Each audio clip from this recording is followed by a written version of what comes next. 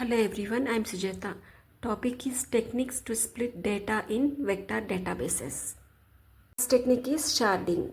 It involves splitting the dataset into smaller, more manageable chunks known as shards. Each shard is stored on a different node, enabling parallel processing and faster queries.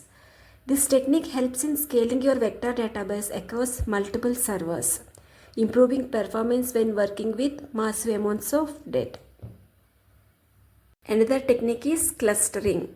It organizes data into groups based on similarity. By grouping vectors with similar characteristics, you can reduce the search space when querying, speed up retrieval. Popular clustering algorithms like k-means or dbscan are used to partition the dataset into clusters, optimizing search results. Another most important technique is hierarchical indexing. With hierarchical indexing, data is organized into tree-like structures, making it easier to traverse and search. Methods like hierarchical navigable small world allow for efficient retrieval by reducing the number of vectors that need to be compared. This hierarchical structure helps to narrow down the search quickly. Another technique is vector partitioning. In vector partitioning, the vector space is divided into smaller regions based on distances or similarity. By organizing vectors into partitions, you can limit the search scope to specific areas of the vector space, making similarity searches much faster and more efficient.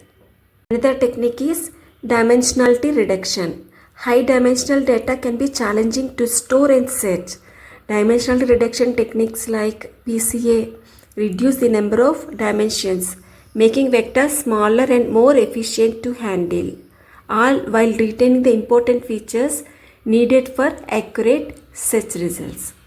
Technique is range-based indexing. Range-based indexing splits the data based on predefined similarity ranges. Vectors are indexed in buckets according to their similarity scores, enabling quick searches within the specific similarity ranges, ideal for systems that require precise thresholds for retrieval.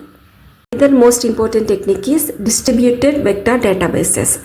When the dataset becomes too large to store on a single machine, distributed vector databases split the data across multiple nodes, allowing for parallel processing and better load distribution.